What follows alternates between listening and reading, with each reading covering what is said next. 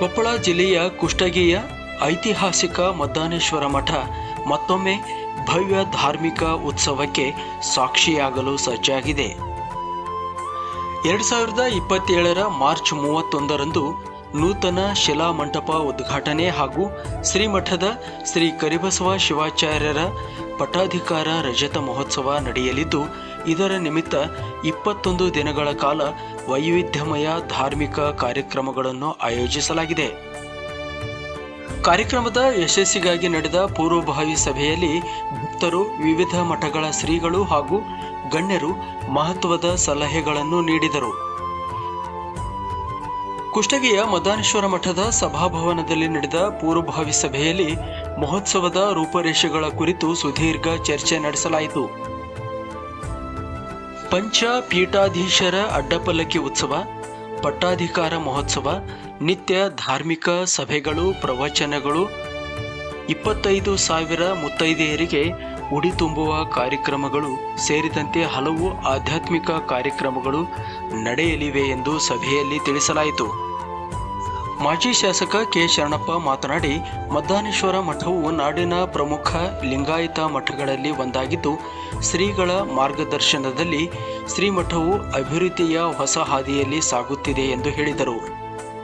ನೂತನ ಶಿಲಾ ಮಂಟಪವೇ ಅಭಿವೃದ್ಧಿ ಕಾರ್ಯಗಳಿಗೆ ಸಾಕ್ಷಿಯಾಗಿದ್ದು, ಮಹೋತ್ಸವ ಯಶಸ್ಸಿಗೆ ಎಲ್ಲರೂ ಕೈಜೋಡಿಸಬೇಕು ಎಂದು ಕರೆ ನೀಡಿದರು. ಶ್ರೀಮಠದಲ್ಲಿ ನಡೆಯಲಿರುವ ಕಾರ್ಯಕ್ರಮಗಳಲ್ಲಿ ಲಿಂಗ ದೀಕ್ಷೆ ಕಾರ್ಯಕ್ರಮವನ್ನು ಕಡ್ಡಾಯವಾಗಿ ಆಯೋಜಿಸಬೇಕು ಎಂದು ಸಲಹೆ ನೀಡಿದ ಅವರು, ಜಂಗಮರು ಸೇರಿದಂತೆ ಅನೇಕ ಲಿಂಗಾಯತರು ಲಿಂಗ ಧಾರಣೆಯ ಸಂಪ್ರದಾಯದಿಂದ ದೂರವಾಗಿದ್ದು, ಲಿಂಗ ಧರಿಸುವವರಲ್ಲಿಯೂ ಪೂಜಾ ವಿಧಾನದ ಅರಿವು ಕಡಿಮೆಯಾಗಿದೆ. ಈ ಹಿನ್ನೆಲೆಯಲ್ಲಿ ಲಿಂಗ ದೀಕ್ಷೆಗೆ ವಿಶೇಷ ಆದ್ಯತೆ ನೀಡಬೇಕು ಎಂದು ಅಭಿಪ್ರಾಯಪಟ್ಟರು. ನಿಡಶೇಷಿಯ ಚನ್ನಬಸವೇಶ್ವರ ಮಠದ ಅಭಿನವ ಶ್ರೀ ಕರಿಬಸವ ಶಿವಾಚಾರ್ಯ ಸ್ವಾಮೀಜಿ ಮಾತನಾಡಿ, ಯಾವುದೇ ಮಠಕ್ಕೆ ವ್ಯಾವಹಾರಿಕ ಆಸ್ತಿಗಿಂತ ಭಕ್ತರೇ ನಿಜವಾದ ವಾಸ್ತವಿಕ ಆಸ್ತಿ ಎಂದು ಹೇಳಿದರು. ಮದ್ದಾನೇಶ್ವರ ಮಠದ ಅಭಿವೃದ್ಧಿ ಕಾರ್ಯಗಳು ಭಕ್ತರ ಅಪಾರ ಬೆಂಬಲದ ಪ್ರತೀಕವಾಗಿವೆ ಎಂದರು. ದೋಟಿಹಾಳದ ಚಂದ್ರಶೇಖರ ದೇವರು ಮಾತನಾಡಿ, ಮಠದ ಭಕ್ತರು ಸಂಭ್ರಮಾಚರಣೆಯ ನಿರೀಕ್ಷೆಯಲ್ಲಿದ್ದು, ಕಾರ್ಯಕ್ರಮ ಯಶಸ್ಸಿಗೆ ಪ್ರತಿಯೊಬ್ಬರೂ ತಮ್ಮದೇ ಆದ ಕೊಡುಗೆ ನೀಡಬೇಕು ಎಂದು ಮನವಿ ಮಾಡಿದರು. ಸಮಾಜ ಸೇವಕ ರವಿಕುಮಾರ ಸ್ವಾಮಿ ಮದ್ದಾನಿ ಹಿರೇಮಠ ಅವರು ಶ್ರೀಮಠದ ಐತಿಹಾಸಿಕ ಹಿನ್ನೆಲೆಯನ್ನು ವಿವರಿಸಿ, ಶತಮಾನಗಳ ಪರಂಪರೆ ಹೊಂದಿರುವ ಈ ಮಠದ ಗೌರವವನ್ನು ಇನ್ನಷ್ಟು ಎತ್ತರಕ್ಕೆ ಕೊಂಡೊಯ್ಯಲು ಎಲ್ಲರೂ ಸಹಕರಿಸಬೇಕು ಎಂದು ಹೇಳಿದರು. ಸಭೆಯ ಅಧ್ಯಕ್ಷತೆ ವಹಿಸಿ ಮಾತನಾಡಿದ ಶ್ರೀಮಠದ ಶ್ರೀ ಕರಿಬಸವ ಶಿವಾಚಾರ್ಯರು ಮದ್ದಾನೇಶ್ವರ ಮಠದ ಐತಿಹಾಸಿಕ ಮಹತ್ವವನ್ನು ಸ್ಮರಿಸಿದರು. ಮದವೇರಿದ ಆನೆಯ ಮದವಿಡಿಸಿದ ಅಂದಿನ ಶ್ರೀಗಳಿಗೆ ಆನೆಗೊಂದಿ ಅರಸರು ಮದ್ದಾನಿ ಕರಿಬಸವ ಎಂಬ ಬಿರುದು ನೀಡಿದ್ದನ್ನು ಉಲ್ಲೇಖಿಸಿದರು. ನಾಡಿನಾದ್ಯಂತ ನೂರಾರು ಶಾಖಾ ಮಠಗಳನ್ನು ಹೊಂದಿರುವ ಈ ಪರಂಪರೆಯ ಮಠಕ್ಕೆ ಭಕ್ತರೇ ನಿಜವಾದ ಆಸ್ತಿ ಎಂದು ಹೇಳಿದ ಅವರು, 2027 ಮಾರ್ಚ್ ತಿಂಗಳಲ್ಲಿ ನಡೆಯಲಿರುವ ಮಹೋತ್ಸವವು ಭಕ್ತರ ಸಹಕಾರದಿಂದಲೇ ಯಶಸ್ವಿಯಾಗಲಿದೆ ಎಂಬ ವಿಶ್ವಾಸ ವ್ಯಕ್ತಪಡಿಸಿದರು.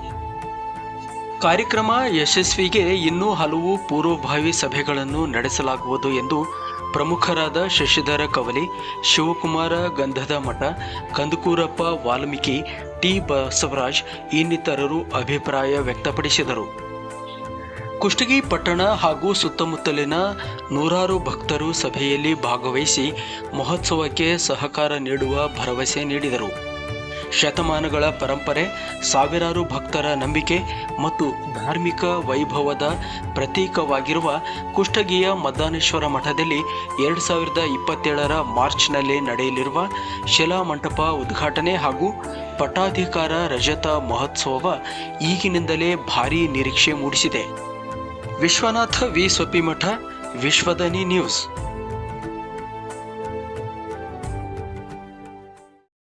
ಬಹಳಷ್ಟು ಮಾತನಾಡಿದೆ. ಅದರಲ್ಲಿ ವಿಶೇಷವಾಗಿ ನಿಜವಾಗಿ ಒಳ್ಳೆಯ ಕಾರ್ಯಕ್ರಮ, ರಜತ ಮಹೋತ್ಸವ ಕಾರ್ಯಕ್ರಮ. 25 ವರ್ಷ ಅಪ್ಪರು ಯಾವ ರೀತಿ ನಡೆದು ಬಂದರು, ಏನು ಕಾರ್ಯಕ್ರಮ ಅದು, ಹೇಗ ನಮ್ಮ ಕುಷ್ಟಗಿ ನಗರದಲ್ಲಿ ಅವರ ಇರುವಿಕೆಯನ್ನು ತೋರಿಸಿ ಭಕ್ತರು ಉದ್ಧಾರ ಮಾಡಿದ್ದು ನಮ್ಮ ನಿಮ್ಮೆಲ್ಲರಿಗೂ ಗೊತ್ತಿದ್ದ ವಿಷಯ. ಅದಕ್ಕೆ ಇದರಲ್ಲೇ ಹೇಳಿದ್ರು ವೀರಶೈವ ಲಿಂಗಾಯತ, ಇದು ಲಿಂಗಾಯತ ಮಠ, ಮದ್ದಾನ ಹಿರೇಮಠ. ಭಾಳ ಮಂದಿ ಇದೇ ಬಂದೀವಿ, ಅಲ್ಲ ಲಿಂಗಪ್ಪ ಇಲ್ದಾರ ಭಾಳ ಮಂದಿ ಇದೀವಿ. ಅದನ್ನೇ ಯಾಕೆ ಕೇಳ್ತಾನೆ ಅಂದ್ರೆ ಮತ್ತೆ ಇದರ ಒಂದು ಶೇಷರ್ ಅಂತ ಈ ಕಾರ್ಯಕ್ರಮದಾಗ BS ಪಾಟೀಲ್ ಹೇಳಿರಲ್ಲ, ಅವೆಲ್ಲ ಇರಲಿ, ಅವು ಸ್ವಾಗತ. ಅವ್ರು ಹೇಳಿದ ಚಲೋನೇ ಹೇಳ್ಯಾರ. ಆರೋಗ್ಯ ಕ್ಯಾಂಪು ಏನೇನ ಹೇಳ್ಯಾರ, ಮಾಡ್ರಿ. ಅವ್ರು ಮಾಡೋದ್ರ ಕಾರಣ ಅವರೆಲ್ಲ ಸಿಬ್ಬಂದಿ ಪದ್ಧತಿ ಪ್ರಕಾರ ಮಾಡ್ಬೇಕಾಗತ್ತೆ. ಸುಮ್ಮನೆ ಆಗ ಭಾಷಣದಾಗ ಬಂತು ಹ್ಯಾಂಡ್ ಬಿಲ್ನಾಗ ಎಲ್ಲ ಮಾಡಿದ್ರಿ, ಅಲ್ಲಿ ನೋಡಿದ್ರೆ ಎಲ್ಲಿ ಇರಕ್ಕಿಲ್ಲ, ಹಂಗಾಗಬಾರ್ದು. ಅದ್ರಾಗ ನಮ್ದು ಏನು ವೈಯಕ್ತಿಕ ವಿನಂತಿ ಅಂದ್ರೆ ಏನು ಹೇಳಿದಲ್ಲ ಆಗಲೇ ಲಿಂಗಪ್ಪದವ್ರು ಭಾಳ ಮಂದಿ ಇದೀವಿ, ಅದನ್ನೊಂದು ಕಾರ್ಯಕ್ರಮ ಇದರಲ್ಲಿ ಹಾಕ್ಕೊಳ್ಬೇಕು. ಯಾಕೆ ನೀವು ಪದ್ಧತಿಯವರು ಅದು ಅಯ್ಯಾಚಾರ ಮತ್ತು ಇನ್ನೂ ಏನಾದ್ರು ಅದಾವು ಕಾರ್ಯಕ್ರಮ, ಅವಕ್ಕೆಲ್ಲ ಕಡ್ಡಾಯವಾಗಿ ಒಬ್ಬ ಪ್ರಾತ್ಯಕ್ಷಿಕೆ. ಬರೀ ಲಿಂಗಪ್ಪ ಕಟ್ಟಿಗೆ ಸದ್ಯ ಪೂಜೆ ಹೆಂಗೆ ಮಾಡಿಕಪ್ತಾರೆ ಗೊತ್ತಿಲ್ಲ ನಮ್ಗೆ. ಹಾಗೆ ಲಿಂಗಪ್ಪ ಕಟ್ಟಿಗೆರೋದು ಕೆಲವು ಮಂದಿ ಗೂಟಕ್ಕೆ ಹಾಕಿರ್ತಾರೆ, ಕೆಲವು ಮಂದಿ ಹೆಣ್ಮಕ್ಳು ಕೈ ಪಡಿ ಏನೇನೋ ಆಗಿರ್ತಾವೆ. ಅವೆಲ್ಲ ನಮ್ಮ ನಿಮ್ಮ ಅನುಭವ ಭಾಳ ಅದಾವನ್ನ ಹೇಳೋದು ಬೇಡ. ಅದಕ್ಕೆ ಪರಿಚಯ ಭಾಳ ಅದ. ಈ 25ನೇ ವರ್ಷ ಪಟ್ಟಾಭಿಷೇಕದ ರಜತ ಮಹೋತ್ಸವ ಕಾರ್ಯಕ್ರಮದಾಗ ಅದು ಎಫೆಕ್ಟಿವ್ ಆಗಿ ಪರಿಣಾಮಕಾರಿ ಆಗತ್ತಾಗ ಆ ಕಾರ್ಯಕ್ರಮ ಹಮ್ಮಿಕೊಳ್ಳಿ ಅಂತೇಳಿ ನಾ ಮನವಿ ಮಾಡ್ಕೊಂತೇನೆ. ಆ ದಿಶೆಯಲ್ಲಿ ಅದ್ರ ಬಗ್ಗೆ ಪ್ರವಚನ ವಿಷಯ ಅದು ಮುಂದೆ ತಾವು ಯಾವುದು ಇಟ್ಕೊಂತೀರಿ ಅನ್ನೋದು ತಮಗೆ ಬಿಟ್ಟ ವಿಷಯ. ಆಮೇಲೆ ಇನ್ನೊಂದು 5 ಮಂದಿ ಹತ್ತು ಪಲ್ಲಕ್ಕಿ ಮಹೋತ್ಸವ, ಒಂದು ಪದ್ಯ ಅಲ್ಲ ಮಹೋತ್ಸವನ ಸರಿಯಾಗಿ ಆಗಲ್ಲ ನಮ್ಮ ಕೃತಿಯಾಗ. 5 ಮಂದಿ ಅಂದ್ರೆ ರೋಡ್ ಇಲ್ಲ, ರಸ್ತೆ ಇಲ್ಲ, ಆವಾಸ ಆಗಬಾರ್ದು. ನಾಳೆ 5 ಮಂದಿ ಅಂದ್ರೆ ಸಾಣದಲ್ಲ. ಗದಗಿನ 72 ಯಾವಾಗ ಆಗಿತ್ತು ನನಗೆ 5 ಮಂದಿ ಹತ್ತಿ ಪಲ್ಲಕ್ಕಿ ಮಹೋತ್ಸವ, ಮತ್ತು ರಾಯಚೂರಾಗ ಆಗಿತ್ತು. ಆದ್ರೆ ದೊಡ್ಡ ದೊಡ್ಡ ಸಿಟಿಗೆಲ್ಲ ರೋಡ್ ಅನುಕೂಲತೆ ಇರ್ತಾವ, ದೊಡ್ಡ ಇರ್ತಾವ. ಆದ್ರೆ ಇಲ್ಲೇ ಎಷ್ಟು ಮಟ್ಟಿಗೆ ಅದು ಆಗುತ್ತೆ ಅನ್ನೋದು ತಾವು ಇನ್ನೊಮ್ಮೆ ಮರುಪರಿಶೀಲನೆ ಮಾಡಿ ಆ ನಿರ್ಣಯ ತಗೊಳ್ರಿ. ಮತ್ತು ಚಂದ ಆಗ್ಬೇಕು, ಆವಾಸ ಆಗಬಾರ್ದು. ಮತ್ತೆ 5 ಮಂದಿ ಪಲ್ಲಕ್ಕಿ ಅಂದ್ರೆ ಅವು ಒಂದು ಹೆಚ್ಚಿಗೆ ಅದ, ಅದೊಂದಿಷ್ಟು ಮರುಪರಿಶೀಲನೆ ಮಾಡ್ರಿ. ಮತ್ತು ನಾವಂತಾರೆ ಇದ್ದೇ ಇರ್ತೀವಿ ಇದ್ರೆ ಇನ್ನು ಅಡ್ಡಾಡೋದು ಆಗೋದಲ್ಲ. ನಾವು BS ಪಾಟೀಲ್ ಹಿಂದೆ ಇರ್ತೀವಿ, ನಾವು ಅವರಿಂದ ಅವ್ರು ಏನು ಹೇಳ್ತಾರೆ ಅವ್ರು ಕೇಳ್ಕೊಂಡ್ರೆ ನಾವು ಯಾಕೆ ಸ್ವಲ್ಪ ಚಳಿ ಏನು ಮಾಡಿದಾಗ ಟ್ರೈನಿಂಗ್ ಆಗ್ಯದ ಅವ್ರಿಗೆ. ಇಲ್ಲ ಹೋದ್ರು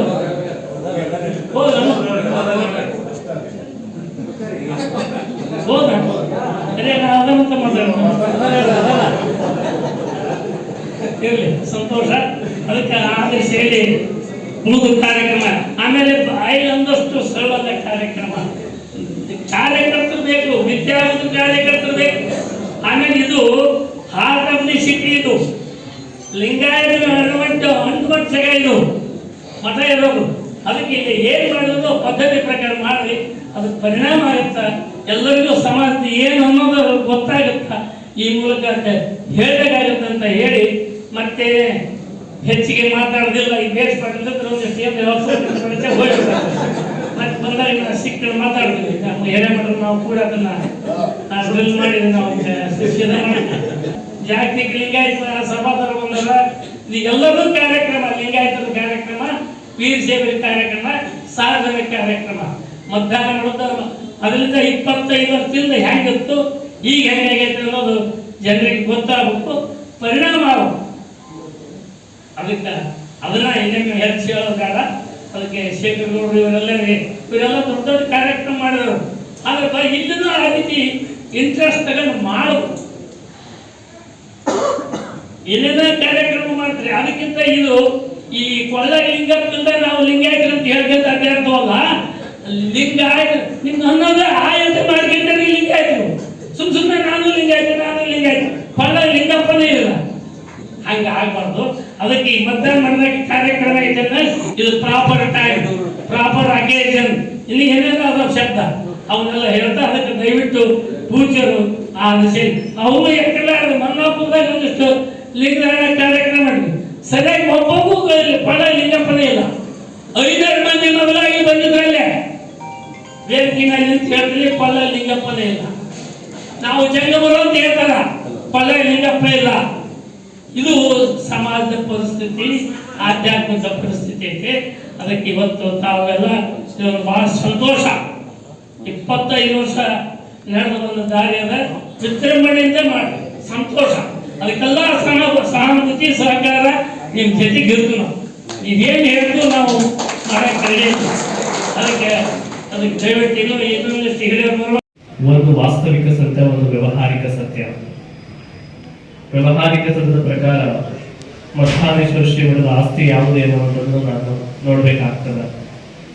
ವ್ಯವಹಾರಿಕ ಸತ್ಯದ ಪ್ರಕಾರ ಶ್ರೀಮಠದ ಆಸ್ತಿ ಹಂಗೈತಿ ಹಿಂಗೈತಿ ಅನ್ನೋದಕ್ಕಿಂತ ವಾಸ್ತವಿಕ ಸತ್ಯದ ಪ್ರಕಾರ ಶ್ರೀಮಠದ ನಿಜವಾದ ಆಸ್ತಿ ಯಾವುದಪ್ಪ, ಅಲ್ಲಿ ಇರ್ತಕ್ಕಂಥ ಎಲ್ಲ ಸದ್ಭಕ್ತರು ಎನ್ನುವಂಥದ್ದನ್ನ ನಾವೆಲ್ಲರೂ ತಿಳ್ಕೊಳ್ಬೇಕಾಗ್ತದೆ. ನಿಜಕ್ಕೂ ಕೂಡ ಪರಮ ಪೂಜ್ಯರು 25 ವರ್ಷಗಳ ಹಿಂದೆ ಈ ಒಂದು ಕುಷ್ಟಗಿ ನಗರಕ್ಕೆ ಬಂದಂತ ಸಂದರ್ಭದೊಳಗಡೆ ಶ್ರೀಮಠ ಎಲ್ಲಿ ಐತೆ ಎನ್ನುವುದನ್ನು ಕೂಡ ಮರೆತಿರುವಂತಹ ಸಂಗತಿಯನ್ನು ಕೂಡ ನಾವು ಕೇಳಿದ್ವಿ. ನಮ್ಮ ಹಿರಿಯ ಶ್ರೀಗಳು ಕೂಡ ಹೇಳ್ತಾ ಇದ್ರು, ಪರಮ ಪೂಜ್ಯರು ಎಷ್ಟು ಕಷ್ಟಪಟ್ಟಾರಪ್ಪ ಅಂತಂದ್ರೆ ಮಳೆ ಬಂದಂತ ಸಂದರ್ಭದೊಳಗೆ ಅವರಿಗೆ ತಂಗಲು ಕೂಡ ಇರುವುದಕ್ಕೂ ಕೂಡ ಯಾವುದೇ ರೀತಿಯ ಜಾಗ ಇದ್ದಿದ್ದಿಲ್ಲ ಅಂತ.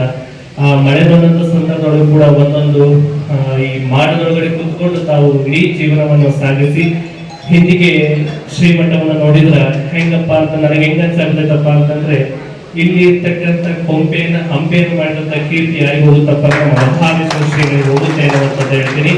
ಇದು ನಮ್ಮೆಲ್ಲರ ಸುದೈವ. ಬುದ್ಧ ಬಸವ ಮನಬಿಟ್ಟಗಳಿಗೆ, ಸಾಕ್ರಟಿಸ್ಗೆ ವಿಷಕೊಟ್ಟಗಳಿಗೆ, ಸ್ವಾಮಿ ವಿವೇಕಾನಂದ ಪರಮಹಂಸರಿಗೆ ಆಶೀರ್ವದಿಸಿದಗಳಿಗೆ ಮತ್ತೊಮ್ಮೆ ಶುಭಗಳಿಗೆ ನಮ್ಗೆ ಯಾವಾಗ ಬರಕತ್ತೈತಪ್ಪ ಅಂತಂದ್ರೆ ಫೆಬ್ರವರಿ ಮಾರ್ಚಲ್ಲಿ ಒಂದು ಶುಭಗಳಿಗೆ ಬರಕತ್ತೈತಿ. ಅದು ಯಾವ ಗಳಿಗೆಪ್ಪ ಅಂತಂದ್ರೆ ನಾವೆಲ್ಲರೂ ಕೂಡಿ ಮಾಡುವಂತಹ ಈ ಒಂದು ಪರಮ ಪೂಜ್ಯರ 25ನೇ ವರ್ಷದ ರಜತ ಮಹೋತ್ಸವ ಹಾಗೂ ಪಂಚಪೀಠಾಧೀಶ್ವರ ಹಠಪಲಕಿ ಮಹೋತ್ಸವ ಕಾರ್ಯಕ್ರಮವನ್ನು ನಾವು ಒಂದು ಶುಭಗಳಿಗೆಯಾಗಿ ನಮ್ಗೆ ಬರ್ತಾ ಇದೆ. ಒಂದನ್ನು ಪರಮ ಪೂಜ್ಯರದ್ದು ಇದರಲ್ಲಿ ಪಾತ್ರ ಇರಂಗಿಲ್ಲ, ಹೆಚ್ಚಿನ ಪಾತ್ರ ಯಾರ್ದೈತಪ್ಪ ಅಂತಾರೆ ಇರ್ತಕ್ಕಂಥ ನಮ್ದು, ಆಮೇಲೆ ನಿಮ್ಮೆಲ್ಲರ ಐತಿ ಅಂತ ಭಾವಿಸ್ತೀನಿ ನಾನು.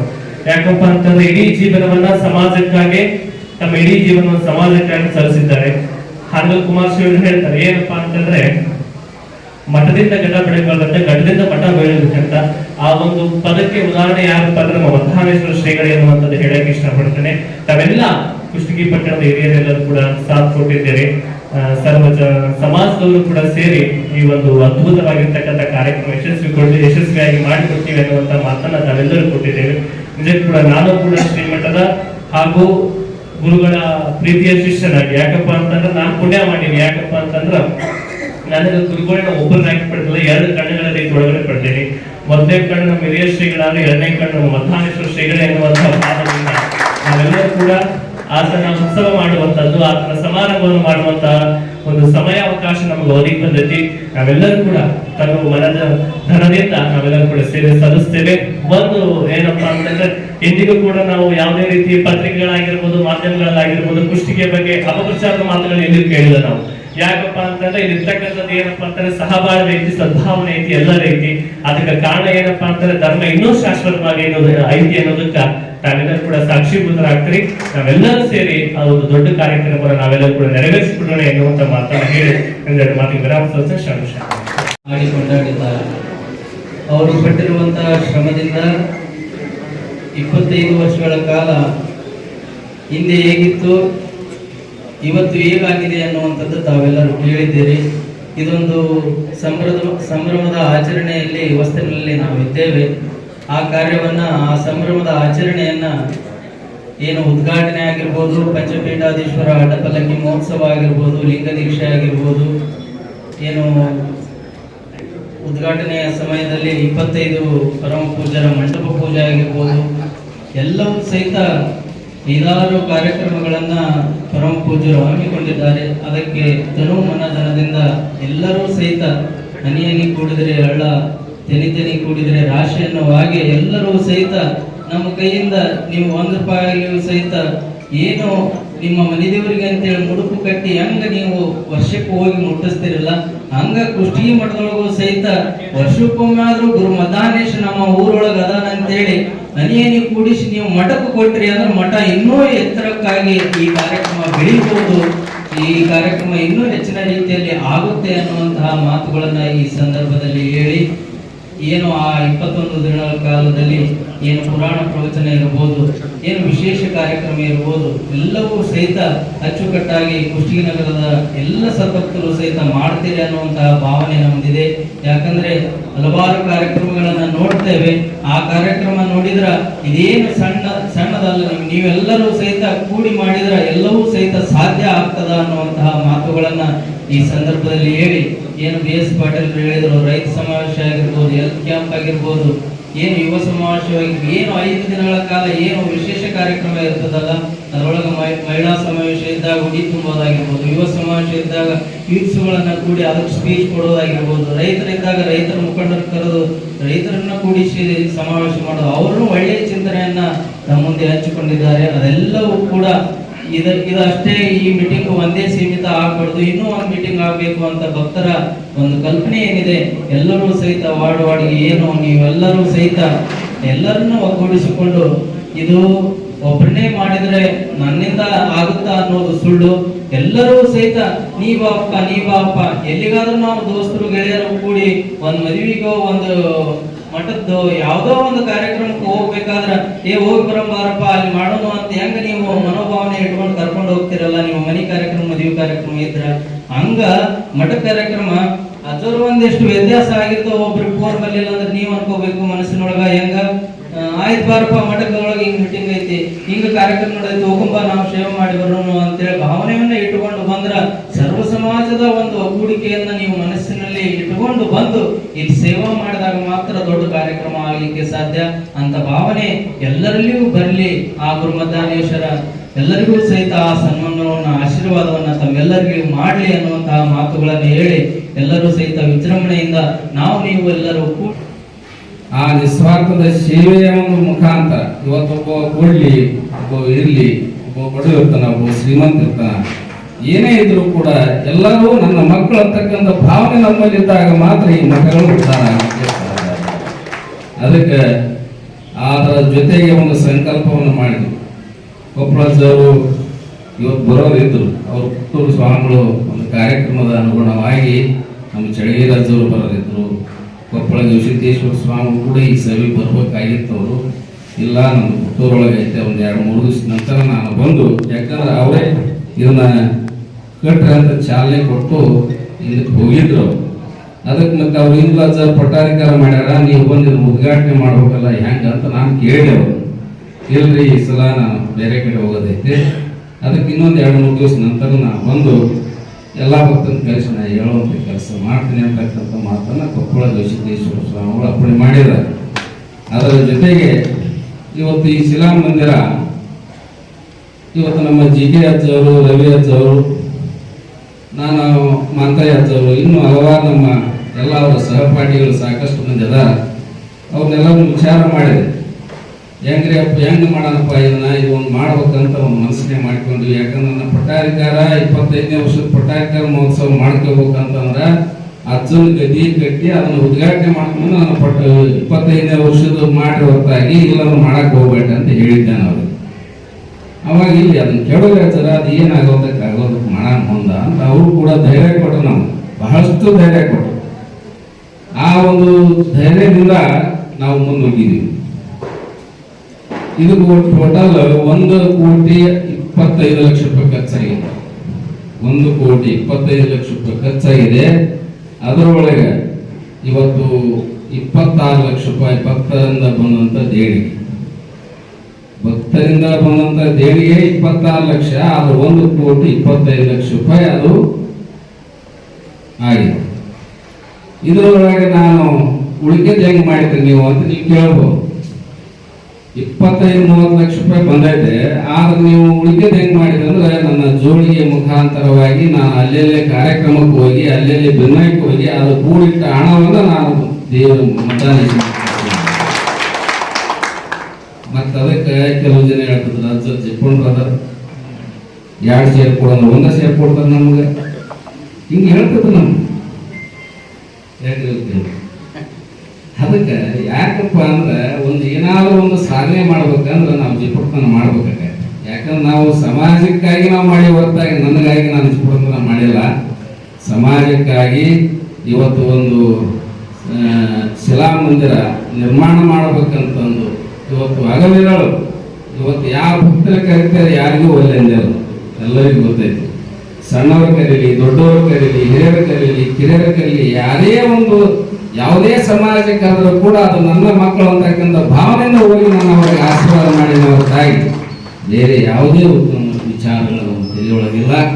ಇವತ್ತು ಈ ಒಂದು ಸಭೆಗೆ ಸಾಕಷ್ಟು ಮಂದಿ ಪಾಲ್ಗೊಂಡಿರಿ ಮತ್ತು ಇನ್ನೂ ಹಲವಾರು ಜನ ಪಾಲ್ಗೊಳ್ಬೇಕು. ಯಾಕಂದ್ರೆ ಎಲ್ಲರೂ ಕೂಡಿದಾಗ ಇದು ದೊಡ್ಡ ಕಾರ್ಯಕ್ರಮ ಆಗಲಿಕ್ಕೆ ಸಾಧ್ಯ ಇದೆ. ಯಾಕಂದ್ರೆ 2-3 ಕೋಟಿ ರೂಪಾಯಿ ವೆಚ್ಚದೊಳಗೆ ಈ ಕಾರ್ಯಕ್ರಮ ನಡಿಬೇಕು. ಇದೊಂದ್ಸಲ ನೀವು ಮಾಡಿ ಸಾಕು ನನಗೆ. ಯಾಕಂದ್ರೆ ಇಲ್ಲಿವರೆಗೆ ನಿಮ್ಗೆ ಏನು ಕೇಳಕ್ ಬಂದಿಲ್ಲ, ಇಲ್ಲಿವರೆಗೆ ಬೇಡಿಲ್ಲ, ನಿಮ್ಗೆ ಯಾರನ್ನೂ ಬೇಡಿಲ್ಲ. ಅಷ್ಟು ಕೊಟ್ಟು ನೀವು ಕೊಟ್ಟಷ್ಟು 100 ಕೋಟಿ ಇಸ್ಕೊಂಡ್ ಬಂದೀವಿ, 500 ಕೋಟಿ ಇಸ್ಕೊಂಡ್ ಬಂದೀವಿ, 1000 ಕೋಟಿ ಇಸ್ಕೊಂಡ್ ಬಂದೀವಿ. ಯಾರನ್ನೂ ನಾನು ಹೆಚ್ಚಿಗೆ ಬೇಡಕ್ಕೆ ಹೋಗಿಲ್ಲ. ಇದು ನೀವು ಮಾಡುವಂತ ಕೆಲಸ, ಮಠ ಕಟ್ಟುವಂತ ಕೆಲಸ ನಂದು, ಅದನ್ನು ಉದ್ಘಾಟನೆ ಮಾಡುವಂತ ಕೆಲಸ ಭಕ್ತರು ಅಂತಕ್ಕಂಥದ್ದು ನಾವೆಲ್ಲ ವಿಚಾರ ಮಾಡಬೇಕಾಗ್ತದೆ.